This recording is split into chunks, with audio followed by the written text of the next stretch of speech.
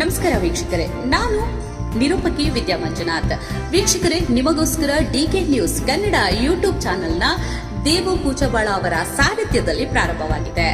ಈ ಯೂಟ್ಯೂಬ್ ಚಾನೆಲ್ನ ವಿಶೇಷತೆ ಏನಪ್ಪಾ ಅಂತಂದ್ರೆ, ಚಿಕ್ಕವರಿಂದ ದೊಡ್ಡವರವರೆಗೂ ಯಾವುದೇ ವಯಸ್ಸಿನ ಮಿತಿ ಇಲ್ಲದೆ ತಾಜಾ ಸುದ್ದಿ ಸಮಾಚಾರಗಳನ್ನ, ನಿಮ್ಮ ಸುತ್ತಮುತ್ತಲು ನಡೆಯುವಂತಹ ವಿಶೇಷ ಸುದ್ದಿ ಸಮಾಚಾರಗಳನ್ನ, ನಿಮ್ಮ ಊರು, ತಾಲೂಕು ಹಾಗೂ ಜಿಲ್ಲೆ, ರಾಜ್ಯ, ದೇಶದ ಸಮಗ್ರ ಸುದ್ದಿಯನ್ನ ನೀವು ಈ ಒಂದೇ ಯೂಟ್ಯೂಬ್ ಚಾನೆಲ್ ಅಲ್ಲಿ ಪಡೆಯಬಹುದಾಗಿದೆ. ಮತ್ತೆ ತಡ ಮಾಡ್ತಾ ಇದ್ದೀರಾ?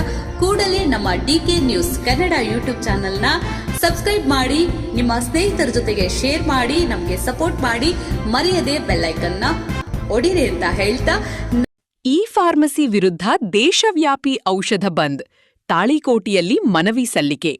ತಾಳಿಕೋಟೆ ಆನ್ಲೈನ್ ಔಷಧ ಮಾರಾಟ, ಇ ಫಾರ್ಮಸಿ ವ್ಯವಸ್ಥೆಯ ಅಕ್ರಮ ಚಟುವಟಿಕೆಗಳು ಹಾಗೂ ಕಾರ್ಪೊರೇಟ್ ಕಂಪನಿಗಳ ಮಾರುಕಟ್ಟೆ ಹಾವಳಿಯನ್ನು ಖಂಡಿಸಿ ಅಖಿಲ ಭಾರತ ಔಷಧ ವ್ಯಾಪಾರಿಗಳ ಸಂಘಟನೆ ಎಐಒಸಿಡಿ ಕರೆ ನೀಡಿದ ದೇಶವ್ಯಾಪಿ ಒಂದು ದಿನದ ಔಷಧ ಬಂದ್ಗೆ ತಾಳಿಕೋಟೆ ಪಟ್ಟಣದ ಔಷಧ ವ್ಯಾಪಾರಿಗಳು ಬೆಂಬಲ ಸೂಚಿಸಿದರು.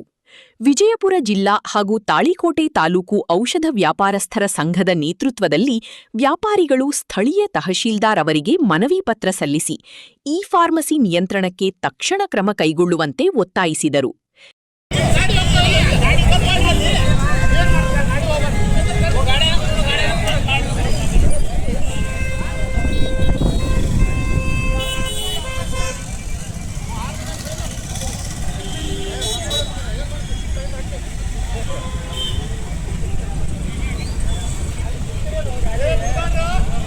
ಸಾಯಂಕಾಲವರೆಗೆ ಯಾವುದೇ ರೀತಿಯಿಂದ ಯಾವುದೇ ಕಿರು ಬಂದರೂ ನೀವು ಔಷಧದಲ್ಲಿ ತೆಗೆಯಬಾರ್ದು.